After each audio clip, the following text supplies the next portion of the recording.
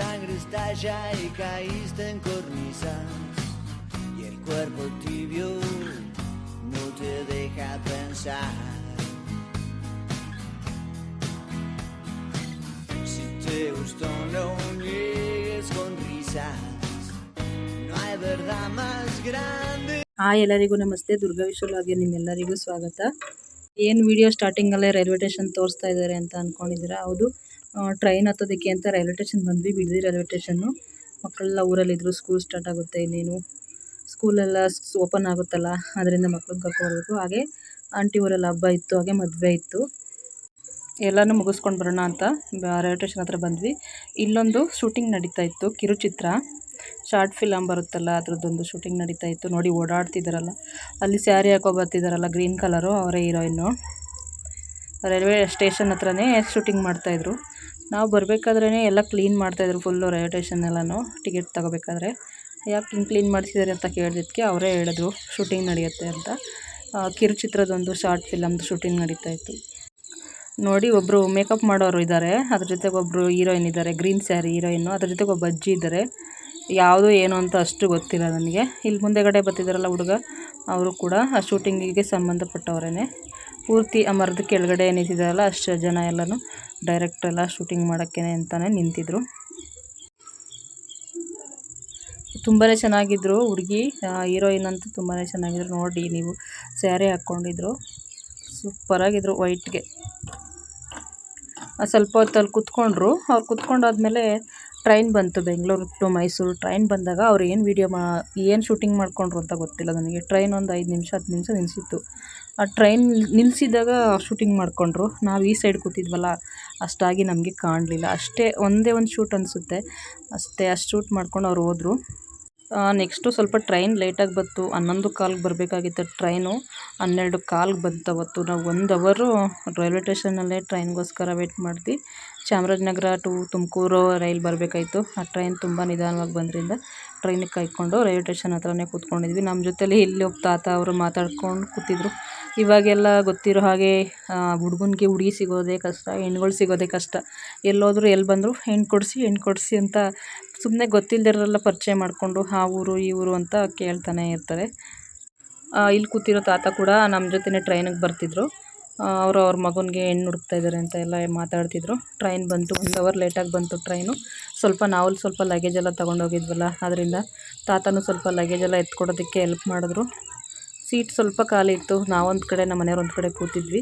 First rush ಇತ್ತು, ಸಿಟಿವರೆಗೂ rush ಇರುತ್ತೆ. Bengaluru ಸಿಕ್ಕಾದ್ಮೇಲೆ full ಖಾಲಿ ಆಗುತ್ತೆ. ಕೆಂಗೇರಿ ಬೆಂಗಳೂರು ಸಿಕ್ಕಾದ್ಮೇಲೆ ಫುಲ್ ಖಾಲಿ ಆಗುತ್ತೆ ಟ್ರೈನು. ಅವಾಗಂತೂ ಮಲ್ಕೊಂಡೇ ಹೋಗ್ಬೋದು. ನೋಡಿ, ಬೆಂಗಳೂರು ಬಂದ ತಕ್ಷಣ ಫುಲ್ ಖಾಲಿ ಆಗುತ್ತೆ, ಇಡೀ ಟ್ರೈನೇ ಖಾಲಿ ಆಗಿಬಿಡುತ್ತೆ. ತುಂಬಾ ಸೀಟ್ ಇರುತ್ತೆ, ಆರಾಮಾಗಿ ಮಲ್ಕೊಂಡು ಹೋಗ್ಬೋದು. ನಮ್ಮನೆಯವ್ರು ಮಲ್ಕೊಂಡೇ ಬಿಡ್ತಾರೆ ಅಲ್ಲಿ ಸಿಟಿ ಬತ್ತು ಅಂತ ಅಂದರೆ. ಟ್ರೈನ್ 1 ಅವರ್ ಲೇಟ್ ಇದರಿಂದ 2 ಗಂಟೆಗೆ ಹೋಗೋ ಟ್ರೈನು 3 ಗಂಟೆಗೆ ಬಂತು. ಇಲ್ಲಿಂದ ಒಂದೇ ಟ್ರೈನು, ರೈಲ್ವೆ ಸ್ಟೇಷನ್ ಹತ್ರನೇ ಮನೆ ಇರೋದ್ರಿಂದ ಬೇಗ ಹೋಗ್ಬೋದು ಅಂತ ಅಂದ್ಕೊಂಡು. ಬಸ್ಸಲ್ಲೆಲ್ಲ ಓಡಾಡೋ ಅಷ್ಟೊತ್ತಿಗೆ ಟ್ರೈನ್ ಜರ್ನಿ ಅಂತೂ ತುಂಬಾ ಇಷ್ಟ ನಮಗಂತೂ. ಆರಾಮಾಗಿ ಹೋಗ್ಬೋದು ಟ್ರೈನಲ್ಲಿ. ನಮ್ಮ ಮಕ್ಳಿಗಂತೂ ಇದ್ದು ಇಷ್ಟ ಟ್ರೈನು ಅಂತ ಅಂದರೆ. ಈಗೆಲ್ಲ ಚೆನ್ನಾಗಿ ಇಂಪ್ರೂವ್ ಮಾಡಿದ್ದಾರೆ, ರೈಲ್ವೆ ಸ್ಟೇಷನ್ಗಳನ್ನು ಚೆನ್ನಾಗಿದೆ.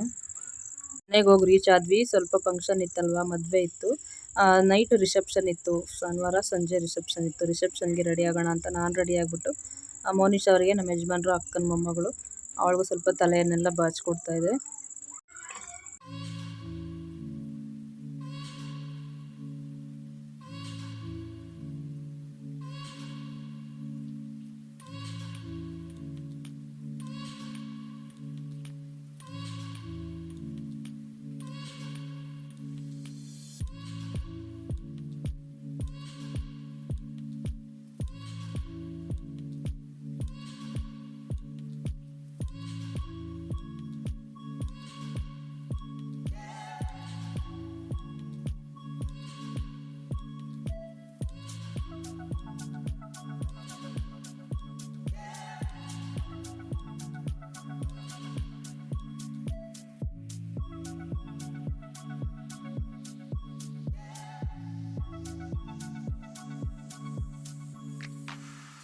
ನೆಕ್ಸ್ಟು ಎಲ್ಲರೂ ರೆಡಿಯಾಗಿ ಬಂದರೆ ನೋಡಿ, ತುಂಬಾ ಟ್ರಾಫಿಕ್ಕು.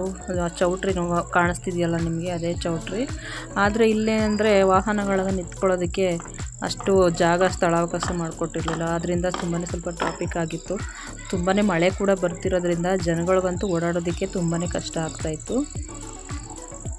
ಅದರಿಂದ ನಾವು ಚೌಟ್ರಿ ಹತ್ರ ಹೋಗೋಕ್ಕಾಗಲಿಲ್ಲ, ಗಾಡಿಗಳು ಜಾಸ್ತಿ ಇದ್ರಿಂದ ಕಾರ್ ತಗೊಳಕ್ಕಾಗಲ್ಲ ಅಂತ ಅಂದ್ಬಿಟ್ಟು ಕಾರನ್ನು ನಿಲ್ಲಿಸ್ಬಿಟ್ಟು ಹೋದ್ವಿ. ಸ್ವಲ್ಪ ದೂರ ನಡ್ಕೊಂಡು ಹೋದ್ರೂ ಪರವಾಗಿಲ್ಲ, ಕಾರನ್ನು ಪಾರ್ಕಿಂಗ್ ಮಾಡಿ ಹೋಗಿ ಆಮೇಲೆ ನಿಂತ್ಕೊಂಡಿದ್ದೀವಿ ಎಲ್ಲರೂ ಇಲ್ಲೊಂದು ಸ್ವಲ್ಪ ಹೊತ್ತು ನಿಂತ್ಕೊಂಡು ಗಾಡಿಗಳು ಓಡ್ತಿದ್ರಿಂದ ಆಮೇಲೆ ಕಾರನ್ನು ನಿಲ್ಲಿಸಿ ಹೋದ್ವಿ. ಇದು ಯಾರ ಮದುವೆ ಏನು ಎತ್ತ ಅಂತ ಅಂದರೆ ಇದು ನಮ್ಮ ಯಜಮಾನ್ರಿದ್ದಾರೆ, ತಂಗಿ ಇದ್ದಾರಲ್ಲ ಅವರ ಓನರ್ ಆಂಟಿ, ಅಂದರೆ ಬಾಡಿಗೆ ಮನೆ ಕೊಟ್ಟಿದ್ದಾರಲ್ಲ ಅವ್ರ ಓನರ್ ಮಗಳದು ಮೇಘನಾ ಅಂತ. ತುಂಬಾ ಬಂದಾಗೆಲ್ಲ ಹೋದಾಗೆಲ್ಲ ಚೆನ್ನಾಗಿ ಮಾತಾಡಿಸ್ತಿದ್ರು, ಫ್ರೆಂಡ್ ಆಗಿಬಿಟ್ಟಿದ್ದ ಒಟ್ಟಿನಲ್ಲಿ. ಬಂದಾಗೆಲ್ಲ ಹೋದಾಗೆಲ್ಲ ನಮ್ಮ ಮಕ್ಕಳನ್ನೆಲ್ಲ ಮುದ್ದು ಮಾಡೋದು ಮಾತಾಡ್ಸೋದೆಲ್ಲ ತುಂಬಾ ಮಾಡ್ತಾಯಿದ್ರು. ನಾವು ಊರಿಗೆ ಬಂದರೆ ಸಾಕು, ನಮ್ಮ ಯಜಮಾನ್ರ ತಂಗಿ ಮನೆಗೆ ಬಂದರೆ ಸಾಕು ಮನೆಗೆ ಬಂದುಬಿಡ್ತಾಯಿದ್ರು ಮೇಘನಾ ಅಂತ. ಓದ್ತಿದ್ರು ಇನ್ನೂ ಹುಡುಗಿ, ಇಷ್ಟು ಬೇಗ ಮದುವೆ ಸೆಟ್ ಆಗಿಬಿಟ್ಟಿದೆ. ತುಂಬಾ ಒಳ್ಳೆ ಹುಡುಗಿ ಅಂತಲೇ ಹೇಳ್ಬೋದು. ಅವ್ರ ಮದುವೆಗೆ ಬಂದಿದ್ದೀವಿ ನೋಡಿ. ರಿಸೆಪ್ಷನ್ನು ಸ್ವಲ್ಪ ಜನ ಜಾಸ್ತಿನೇ ಇದ್ದರು, ಎಲ್ಲ ಊಟಕ್ಕೆ ಹೊಂಟೋಗ್ಬಿಟ್ಟಿದ್ದಾರೆ. ನಾವು ಬರೋ ಸ್ವಲ್ಪ ಲೇಟ್ ಆಯಿತು, 9 ಗಂಟೆ ಮೇಲೆ ಆಗಿಬಿಡ್ತು. ಇಲ್ಲಿಗೆ ನಮ್ಮ ಯಜಮಾನ್ರವ್ರು ಇಬ್ಬರು ತಂಗಿಯದಿರು, ಒಬ್ಬರು ಅಕ್ಕ, ಹಾಗೆ ತಂಗಿ ಮಗಳು, ಒಬ್ಬ ತಂಗಿ ಮಗ, ಹಾಗೆ ಯಜಮಾನ್ರವರ ಅಕ್ಕನವರ ಗಂಡ, ಇಷ್ಟು ಜನ ಬಂದಿದ್ವಿ ಮದುವೆಗೆ. ನಾನು ಮತ್ತು ನಮ್ಮ ಮಕ್ಕಳು ಇಷ್ಟು ಜನನ ಬಂದಿದ್ದೀವಿ. ನಮ್ಮ ಅಂಕಲ್ಲು ಮಾತಾಡಿಸ್ತಾ ಇದ್ದಾರೆ, ಅವರ ಹುಡುಗಿ ಇದ್ದಾರಲ್ಲ ಅವರ ಚಿಕ್ಕಮ್ಮನನ್ನು ಮಾತಾಡಿಸ್ತಾ ಇದ್ದಾರೆ. ನಾವು ಬಂದ ತಕ್ಷಣ ಕೂರಲೇ ಇಲ್ಲ, ಇದು ರಿಸೆಪ್ಷನ್ಗೆ ಹೋಗೋಣ ಅಂತ ಅಂದ್ಬಿಟ್ಟು ಮೈ ಕೊಟ್ಬಿಟ್ಟು ಆ ಫೋಟೋ ಎಲ್ಲ ತೆಗೆಸ್ಕೊಂಡು ಹೋಗೋಣ ಅಂತ ಅಂದ್ಕೊಂಡು, ಕತ್ಲಾಗುತ್ತೆ ಮಕ್ಕಳೆಲ್ಲ ಇದ್ರಲ್ವ, ಅದರಿಂದ ಹೋಗೋಣ ಅಂತ ಅಂದ್ಕೊಂಡು ಬಂದು ಮಾತಾಡ್ಕೊಂಡು ಒಂದು ಸ್ವಲ್ಪ ಹೊತ್ತು ಕೂತಿದ್ದಿ. ನಮ್ಮ ಯಜಮಾನ್ರವ್ರ ಅಕ್ಕ ಮೊಮ್ಮಗಳು ಎಲ್ಲರೂ ಕೂಡ ನಾವು ಬರೋದೇ ಕಾಯ್ತಾಯಿದ್ರು. ಆಯ್ ಮಾಡ್ತಾಯಿದ್ದಾರೆ ಅವ್ರ ತಂಗಿ ಮಗಳು.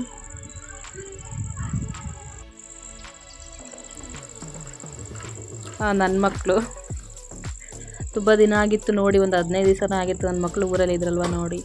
ಆದ್ದರಿಂದ ನೋಡಿ ಇವರೇ ನಮ್ಮ ಮಕ್ಕಳು. ನೆಕ್ಸ್ಟ್ ಈಗ ಫೋಟೋ ತೆಗೆಸ್ಕೊಳ್ಳೋಣ, ರಿಸೆಪ್ಷನ್ಗೆ ಹೋಗಿ ಮುಗಿ ಕೊಟ್ಬಿಟ್ಟು ಅಂತ ಅಂದ್ಬಿಟ್ಟು ನಿಂತ್ಕೊಂಡಿದ್ವಿ. ಸ್ವಲ್ಪ ಜನ ಇದ್ರಲ್ವ, ಆದ್ದರಿಂದ ಸ್ವಲ್ಪ ವೇಟ್ ಮಾಡ್ದೆ ಫೋಟೋ ತೆಗೆಸ್ಕೊಳ್ಳೋಕ್ಕೋಸ್ಕರ. ಚೌಟ್ರಿ ಅಂತೂ ತುಂಬಾ ಚೆನ್ನಾಗಿತ್ತು, ಚೆನ್ನಾಗಿ ಡೆಕೋರೇಟ್ ಎಲ್ಲ ಮಾಡಿದ್ವಿ. ಈಚೆಗಡೆ ದೊಡ್ಡ ಚೌಟ್ರಿ ಅಂತಲೇ ಹೇಳ್ಬೋದು. ಜೋಡಿ ಕೂಡ ತುಂಬ ಚೆನ್ನಾಗಿತ್ತು, ಹುಡುಗ ಹುಡುಗಿ ಇಬ್ಬರು ಸೂಪರ್ ಜೋಡಿ ಅಂತಲೇ ಹೇಳ್ಬೋದು. ನೋಡಿ ನಮ್ಮ ಫ್ಯಾಮಿಲಿ ಎಲ್ಲ ಫೋಟೋ ತೆಗೆಸ್ಕೊಂಡು ಮುಗಿ ಕೊಟ್ಬಿಟ್ಟು ಈ ರೀತಿ ಒಂದು ವೀಡಿಯೋ ಮಾಡ್ಕೊಂಡಿದ್ದೀನಿ. ಅದನ್ನು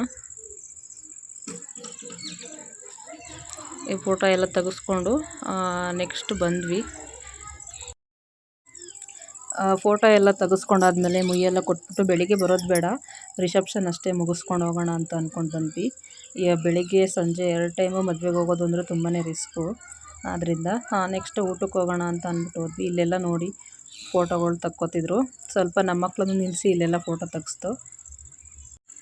ನಾವು ನೋಡಿ ಈ ರೀತಿ ಫೋಟೋ ತೆಗೆಸ್ಕೊಂಡು ಹೆಣ್ಣು ಇದ್ದಾರಲ್ಲ ಹುಡುಗಿಯವ್ರ ಚಿಕ್ಕಮ್ಮ ಎಲ್ಲನೂ ಈ ಫೋಟೋ ತೆಗೆಸ್ಕೊಂಡ್ರು, ಅವರು ಕರೆಸಿ. ಹಾಗೆ ನಾವು ನಮ್ಮ ಫ್ಯಾಮಿಲಿ ಎಲ್ಲರೂ ಕೂಡ ಅಕ್ಕ ತಂಗಿರು, ನಮ್ಮ ಯಜಮಾನ್ರವ್ರ ಅಕ್ಕನ ಯಜಮಾನ್ರು ಎಲ್ಲರೂ ಸಹ ಈ ಥರ ಫೋಟೋ ತಗೊಂಡ್ವಿ. ಒಂದು ಮೆಮೊರಿ, ಎಲ್ಲರೂ ಹೋದಾಗ ಈ ಥರ ಫೋಟೋ ತೆಗೆದಿಟ್ಕೊಳ್ಳೋದು ಒಂದು ಮೆಮೊರಿ ಅಂತಲೇ ಹೇಳ್ಬೋದು. ಫೋಟೋ ಅಂತೂ ತುಂಬ ಚೆನ್ನಾಗಿ ಬಂತು. ನೆಕ್ಸ್ಟು ಊಟಕ್ಕೆ ಹೋಗೋಣ ಅಂತ ಅಂದ್ಬಿಟ್ಟು ಬರ್ತಾಯಿದ್ವಿ ಈಗ.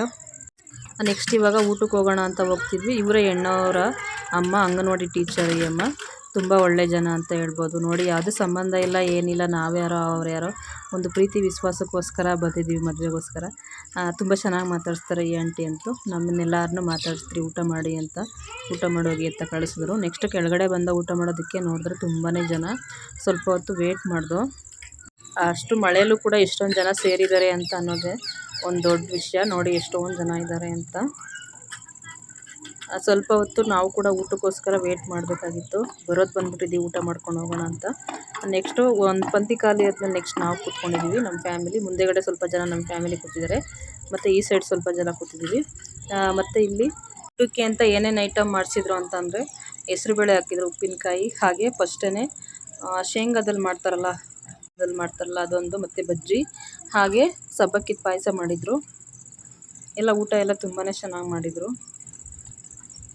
ಹಾಗೆ ಆಲೂಗೆಡ್ಡೆದು ಕಬಾಬ್ ಕೂಡ ಮಾಡಿದರು, ಮತ್ತು ಕಾಯಿ ಒಬ್ಬಟ್ಟಿಗೆ ತುಪ್ಪ, ನೆಕ್ಸ್ಟು ಮಸಾಲೆ ದೋಸೆ, ಚಟ್ನಿ, ಆಲೂಗೆಡ್ಡೆ ಪಲ್ಯ ಎಲ್ಲ ತುಂಬ ಚೆನ್ನಾಗಿತ್ತು ಅಡುಗೆ ಅಂತೂ.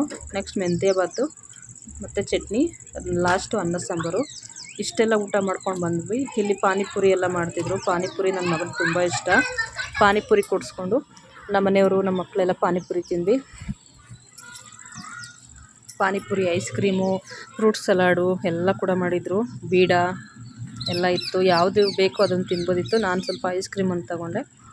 ನನ್ನ ಮಕ್ಕಳು ಕೂಡ ಐಸ್ ಕ್ರೀಮ್ ತೊಗೊಂಡ್ರು. ಊಟ ಹೆವಿ ಆದ್ರಿಂದ ಅವ್ರು ತಿಂದೇ ಹೋದರು ಐಸ್ ಕ್ರೀಮ್ನ. ನಾನು ಸ್ವಲ್ಪ ಐಸ್ ಕ್ರೀಮ್ ತಿಂದೆ, ಹಾಗೆ ಬೀಡ ತೊಗೊಂಡೆ.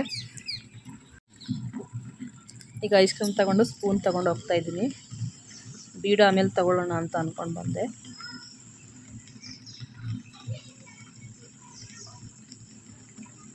ನೆಕ್ಸ್ಟು ನಮ್ಮ ಆಂಟಿದಿರೆಲ್ಲನೂ ಐಸ್ ಕ್ರೀಮು, ಫ್ರೂಟ್ ಸಲಾಡು ಎಲ್ಲ ತಿಂತಾಯಿದ್ದಾರೆ. ಎಲ್ಲ ಚೆನ್ನಾಗಿತ್ತು ಊಟ, ಹಾಗೆ ಸ್ನ್ಯಾಕ್ಸ್ ಎಲ್ಲ ಚೆನ್ನಾಗಿತ್ತು. ನಮ್ಮ ಆಂಟಿ ಪಕ್ಕದ ಮನೆಯವರು ಕೂಡ ಬಂದಿದ್ದರು, ಸುಮಾ ಅಂತ.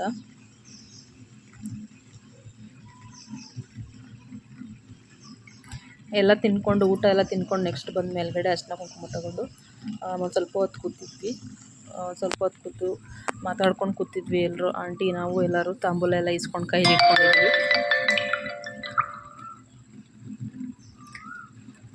ಸಿಂಪಲ್ಲಾಗಿ ನಾನು ಈ ರೀತಿ ರೆಡಿಯಾಗಿದೆ. ಈ ವಿಡಿಯೋ ಯಾರಿಗೆಲ್ಲ ಇಷ್ಟ ಆಯಿತು ಪ್ಲೀಸ್ ಲೈಕ್ ಮಾಡಿ, ಶೇರ್ ಮಾಡಿ, ಕಮೆಂಟ್ ಮಾಡಿ. ವಿಡಿಯೋ ಹೇಗಿತ್ತು ಅಂತ ಒಂದು ಕಮೆಂಟ್ ಮಾಡಿ ತಿಳಿಸಿ. ಎಲ್ರಿಗೂ ಈ ವಿಡಿಯೋ ಇಷ್ಟ ಆಗುತ್ತೆ ಅಂದ್ಕೊಂಡಿದ್ದೀನಿ. ಇದಾಗಿತ್ತು ಫ್ರೆಂಡ್ಸ್ ಇವತ್ತಿನ ವಿಡಿಯೋ. ಎಲ್ಲರೂ ವಿಡಿಯೋ ನೋಡಿ ಸಪೋರ್ಟ್ ಮಾಡಿ. Thank you so much. Video ನೋಡಿದ್ದಕ್ಕಾಗಿ ಧನ್ಯವಾದಗಳು ನಿಮಗೆ.